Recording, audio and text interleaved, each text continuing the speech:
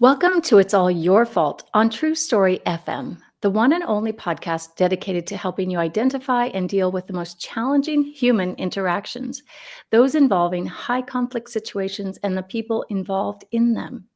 I'm Megan Hunter, and I'm here with my co host, Bill Eddy. Hi, everybody. And he's back from New Zealand, so welcome back, Bill. Thanks a lot. We are the co-founders of the High Conflict Institute, where we focus on training, consulting, coaching, classes, and educational programs and methods, all to do with high conflict. In today's episode, we've been asked to talk about emotion dysregulation, which we could describe basically as big emotions, and the inability to, and the inability to regulate emotions, in particular associated with those with traits or even more with borderline personality disorder. Before we start, please send your questions to podcast@highconflictinstitute.com or on our website at highconflictinstitute.com/podcast. And you'll also find all of the show notes and links there as well. All right, Bill. So you had a little trip. You got to go trot over to New Zealand. How'd it go? Oh, it was great. It was totally a vacation and included a lot of hiking, which I like to do. Of And course. people ask me, how do I cope with dealing with high conflict all the time? And I say, one of the solutions is getting away from it all and getting into the great outdoors, trees and rocks and flowers and birds and bees and all of that are really, very inspiring and let us know the world kind of goes on regardless of what we do. And that was just great. And getting up really high, they have some really high places. We were above the clouds with some of our hiking. But since it's Wow. summertime, it wasn't really cold. So it's great. Yeah, down there, it was like August there, what's February here. So it just was a wonderful time. Nice. So were you North Island or South Island? We spent a week on the North Island and 2 weeks on the South Island. And when I say we, I was actually with 8 people. So there were 4 couples. All My wife and survived I. All each other? what? Everyone survived? We all did, all 8 of us. It was great. No percent loss. Nice. Well, that's good. Yeah, I think it was an Emerson quote. I go to nature to soothe my soul.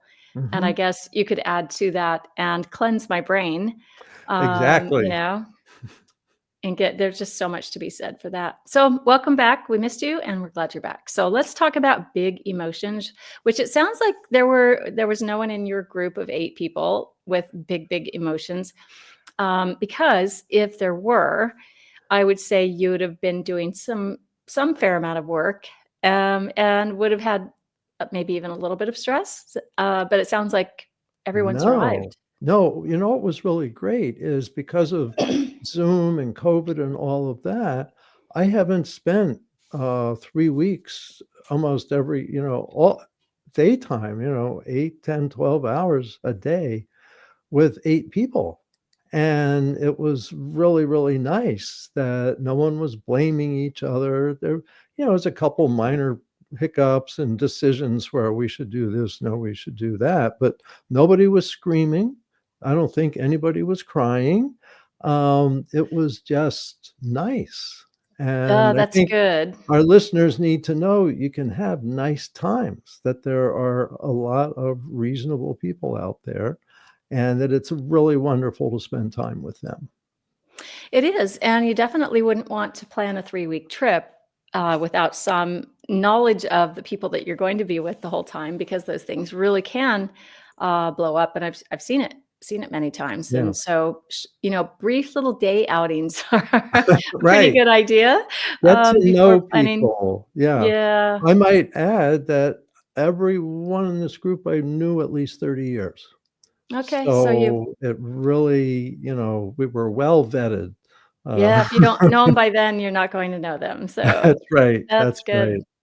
That's why we All say right. wait a year if you're dating, because you'll get to see everything. And I think we got to see everything, but it was in a reasonable range. And it was just Mm. wonderful that way. Good. Good. So let's talk about big emotions, particularly in association with borderline personality disorder. And I guess we should sort of start by explaining what that is. Essentially, it's someone who has a difficult time in relationships. And part of the disorder itself is this inability to regulate emotion. Would you say that's across the board, Bill, for everyone who's diagnosed with BPD? I would say everyone I've met with BPD has an emotion regulation problem. Some of them more self-aware than others, but it seems to be the predominant symptom. And there was actually talk about 20 years ago of trying to rename it from borderline to emotion regulation disorder, because that's Mm. really maybe the predominant symptom that you see with that. So I would say it's very consistent with that diagnosis. But to add something, some people say that borderline personality disorder really should be post-traumatic stress disorder, that people with PTSD often have dysregulated emotions and that they don't necessarily have a personality disorder. I see those as two separate things, and I think most clinicians and researchers do. But often in early childhood, there was abuse, there may have been trauma, and that may be a factor, and I'm sure you're going to get into that. Mm. Well, yeah, but so emotion dysregulation disorder is probably a pretty good description of of the disorder. Um, But I don't think it like you said, it doesn't cover it all, and I think, Right. and or, does some of it come from genetics? I think it's probably likely that some does because there's often, or maybe all the time, a, um, correlation with emotional sensitivity, which is different from emotion dysregulation, yes? Yeah, so sensitivity means what bothers you. Emotion regulation means what you put out.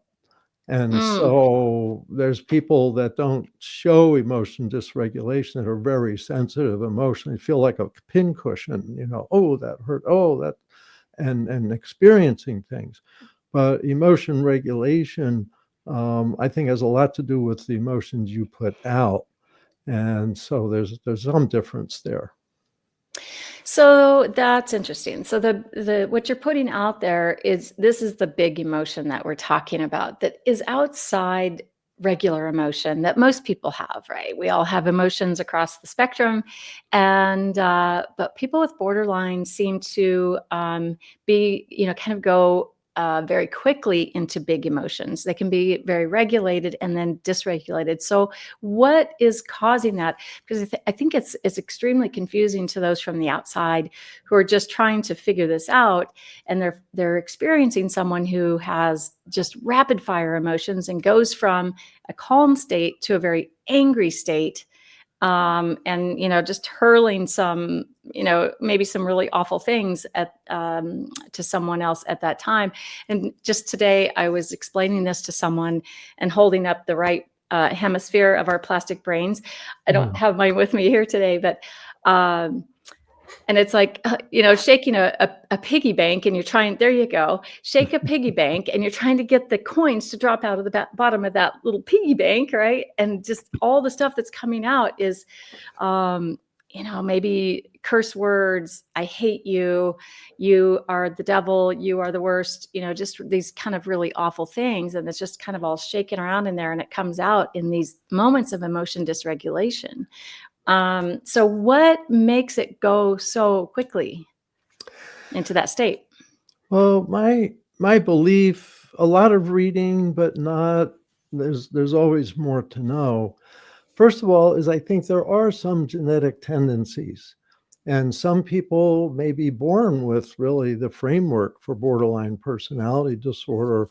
And we see this in families like with several children, and one has this and the others don't. It's the same parenting, the same environment, everything's the same, except one person has these tendencies. So I think there are some genetic tendencies, at birth.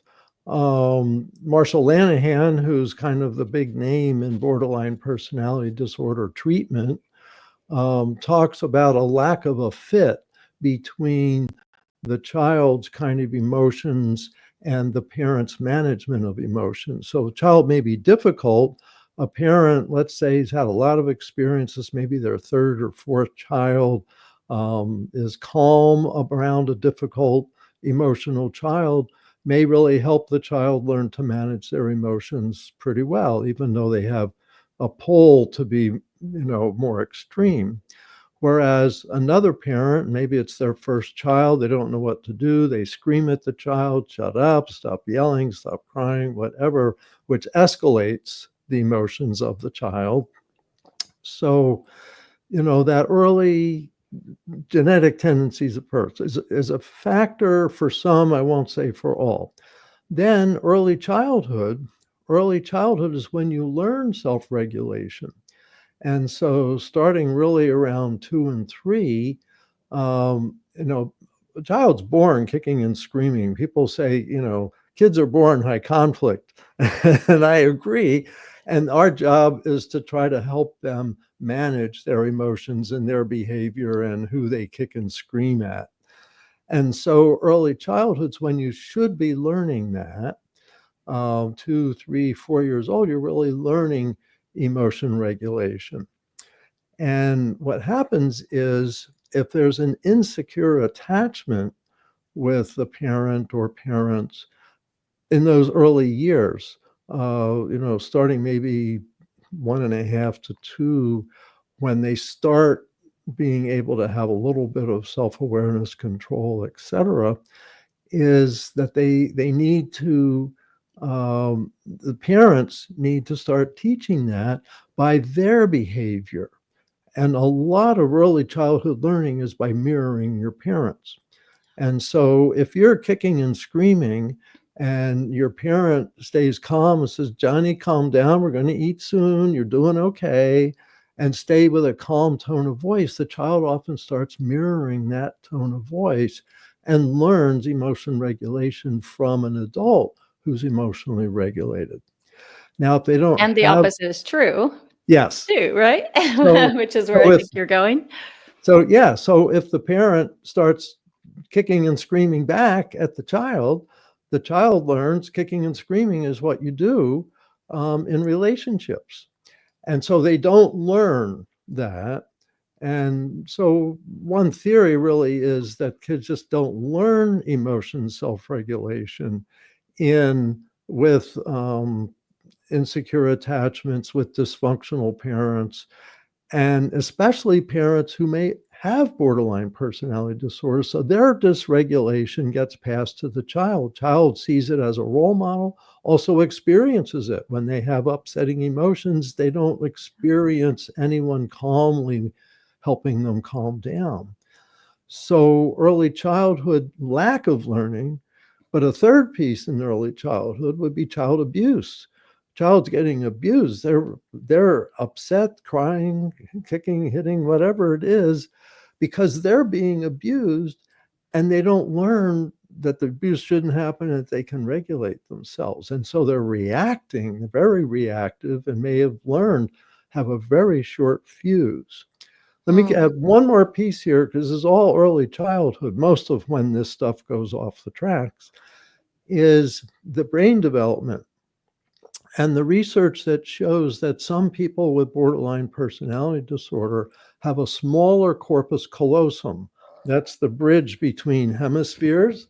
So that's this part in here.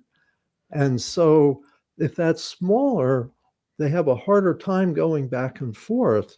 So let's say right brain, where you have a lot of your emotional responses, left brain's more reading, writing, talking, listening, problem solving, etc. So adults with borderline personality disorder may be, dominant with their left hemisphere problem solving, and then suddenly something triggers them, and now they're outraged, and they can't get themselves back to calm, or they can't stay calm. And that smaller corpus callosum seems to be a factor And I've read at least 3 studies that suggest that that's a problem.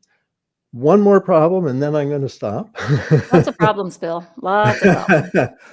Underneath here, so you have the amygdala, and there's one in each hemisphere. The right hemisphere amygdala is particularly sensitive to nonverbal, to facial expressions, tone of voice, hand gestures. And for many people with borderline personality, that's actually larger. It's been exaggerated, overused. So they perceive situations as more threatening than they may be from other people's point of view. So with the smaller corpus callosum, harder to manage emotions, larger right amygdala, overreactive, they're kind of physiologically built for emotion dysregulation. Yeah. What's exciting is, I mentioned Marsha Lanahan and her dialectical behavior therapy method teaches people how they can learn to regulate their emotions. And I think it may actually be boosting the corpus callosum so that they're really changing some of their brain physiology to be able to more calmly manage situations after they go through that therapy. So there is hope. Interesting. So the corpus callosum may be able to change, but the amygdala doesn't. I find this fascinating because it's almost like a muscle. You can Yeah, make that muscle bigger, and the amygdala grew to be too big because of negative inputs, but it can't reduce back down, right? I don't know. And that's something I'd be curious about because it may be possible if it's less I don't know, irritated or something like that. They say parts of the brain are larger that get used a lot. Like taxi drivers in New York City have a larger geography section in their brain because Really? they're using that all the time. Yeah. They say that the Buddhist monks, that meditation makes their left brain a little bit larger. So I think use makes a difference. It's usually not observable, but makes a difference in how your brain works in the future is what it's used to using. And that's why good treatment, good therapy for emotion regulation does give people hope that they may be calmer in the future. Interesting. So anger management classes taught the right way really should be effective. Um, it's a question of how much time you need. Mm, And a lot of management classes are like 6 weeks. And in many ways, they speak to the left brain. You should yeah. do this, shouldn't do that. Watch out for situations that might trigger you. Whereas, really, in a sense, changing your brain, just like with alcohol and drug treatment, you're talking months and years rather than 6 weeks. Not to say that isn't what some people need, is 6 weeks may be really sufficient. But with someone with like borderline personality disorder or significant traits, they're going to need more time. The treatment, the DBT treatment, often is referred to 2 to 5 years as needed. Although we've interviewed Amanda um, Smith. Amanda Smith, Yeah. who tells us she really can see change within a year. So that's very encouraging, especially with a really skilled clinician like she is. Right. So, okay. So now we've gone through childhood. Now we're getting into the teen years. And, a lot of teenage behavior can seem very erratic and big emotions. So, how does a parent know the difference between, a child who's misbehaving and being a teenager with, normal teen emotions and someone who could be headed down a road that's going to be pretty challenging for relationships in adult life and could even potentially lead to problems with the criminal system, justice system.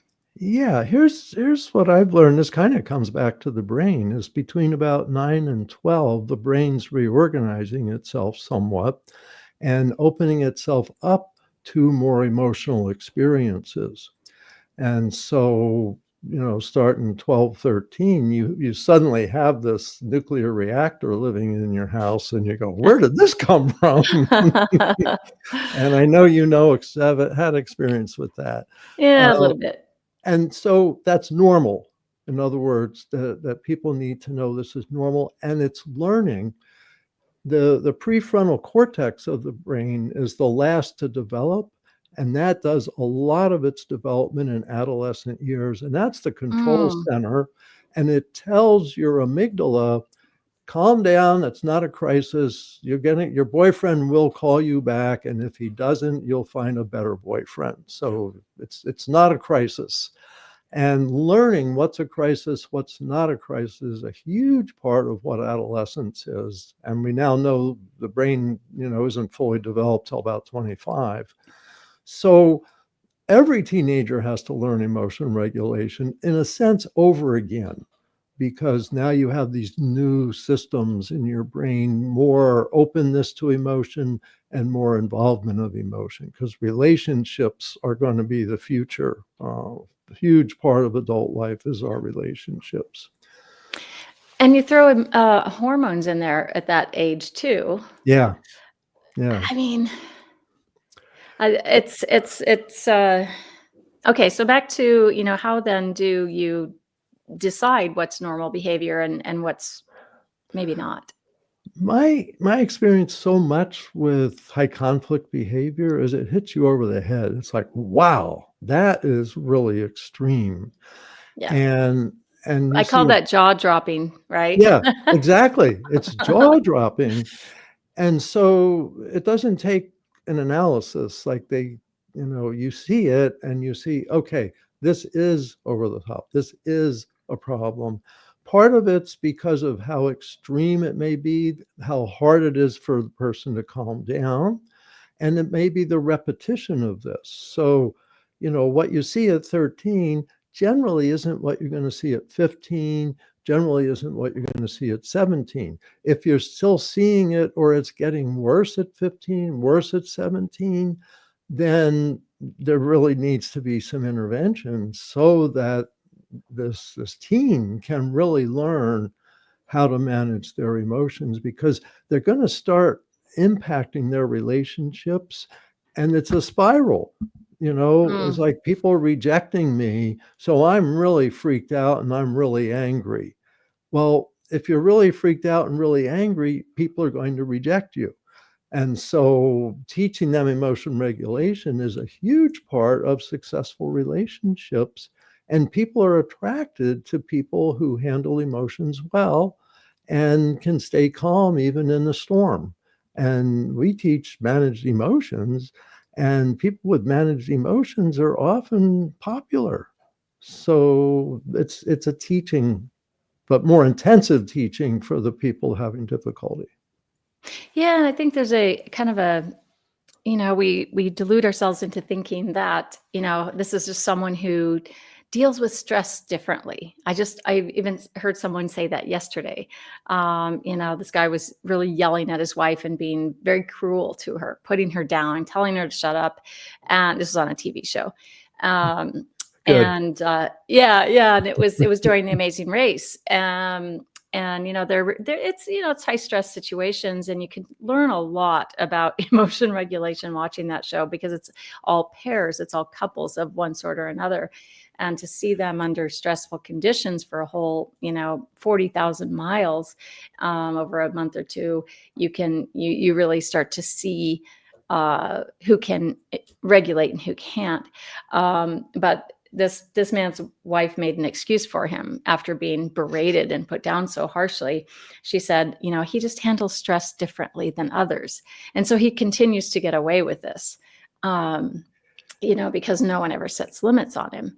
Not that we're diagnosing him with anything, but so it's interesting. If you want to have those good relationships, we don't want anyone, diagnosing, and that's definitely not what we're doing Right. here, is teaching anyone to diagnose or label or anything, but just be aware, kind of, if you see something that is, like Bill said, you Bill, sorry, talking to our listeners, if it's that jaw dropping, hit you over the head type of behavior or emotion, then you probably have, I would suspect you've seen it maybe somewhere along the line, probably a pattern of it even since the child was younger. But I think there's a time there in those teen years that you can have a lot of impact. Mhm. Yeah. Absolutely. And I think, the 13 to 15-year-old age is so important, especially with this, because it's an age when they can learn these things. Like you said, hormones are kicking in and they don't know what to do with them. And learning that hormones are kicking in and it's natural, and you need to step by step teach your hormones and your amygdala what's okay and what's a life and death struggle. Because, for most people in the industrial world, there's no life and death struggle that you're dealing with at 13, 14, 15. But if you're in a war zone, you may really need that short attention span, that quick reactivity. Those hormones may save your life. So it's really kind of learning, very much an emotional learning time. But parents need to help their kids with their emotions by letting them know emotions are normal and it's okay to feel anything, but you have to learn what you do with these and what you express and what you don't express. And a big part of becoming an adult is learning when to hold your tongue. And that's something people with adult borderline personality disorder have a hard time doing. Even when they think they should, they can't sometimes until they've learned slowly. This is all step-by-step stuff. And that's why 13, 14, 15 is a really good time to learn it, mostly from counseling, but mostly also from parents learning how to accept your child and still set limits on the extreme emotions. The other thing, when I was a child and adolescent and adult therapist, with teenagers, I would often have them journal. I would say, like, they'd come in and they got in trouble because they blew up something. They called their parent terrible words and things like this. And so I'd say, write 2 pages about why that's not a good idea. And then we'll meet next week and see if you've learned enough. Because I don't like kids being in therapy, every week for 10 years. Um, and so that would often be, they would learn to manage their emotions because they were thinking about them and learning this is a thing. We have, with High Conflict Institute, the New Ways for Life for teenagers, which really helps them understand some about the brain and self-regulation. So engage with them. This is a problem to solve and it can be solved, but you need to work on your emotions more. Mm, absolutely. Uh, so if you're a parent of someone like this and you're kind of stuck for what to do, number one, practice managing your own emotions. Right. First of all, try not to shame and blame, Yeah. and make your young person feel judged, because that will just dig the hole deeper. I don't know how it couldn't. Because most people are already feeling badly for not being able to manage their emotions. So we don't want to make people feel worse. Right. And That's real important. yeah, and I think the way I've been thinking about this recently, Bill, is there are people who, in this high conflict area, they really have a need. So when they're around you, they have a need that's higher than other people's needs. And their need in the case of borderline is to feel connected, to feel Mhm. attached. And so we have to find that balance. And I think that's a new concept, I think, for a lot of people to take on, is that this need is being presented to you, and it's not to make your life miserable. It's just this emotion dysregulation makes the relationship difficult. Yeah. So you can step back away from it and realize this isn't about me. This is something, though, that I can perhaps do something about, and you need to learn what those things are. We have a lot of things, a lot of resources at HCI that I'll throw some links for those in the show notes. But there's also a ton of information online these days, various groups that can help. So we'll also put those links in the show notes. Yeah. So any last thoughts, Bill? Yes, I want to talk about the media influence here. Mm, And we have media role models of loss of emotion regulation. It's a big part. One day I saw someone blow up, I think it was in a mediation, and storm out of the room. And I thought, I've seen this somewhere before. And I realized most sitcoms have somebody at some point give a blast of anger and storm out of a room. Then yep. at the end, they often reconcile and stuff. This is not normal family life. People do not normally do this. This is not necessary. In families, you never have to yell and storm out of a room. Now, it does happen a lot. Let's say, 80% of families have it happen sometimes, especially if you have a 13, 14, 15-year-old. And child younger than that, for sure. But the idea is media is teaching high conflict behavior and teaching emotion dysregulation. And I think we need to help parents teach their kids, this is not healthy, this is not good for you, this is drama, this is fantasy, it's fun to watch, but it's not fun to live with. And so be self-aware that you don't absorb that stuff. The last thing I want to say is about social media.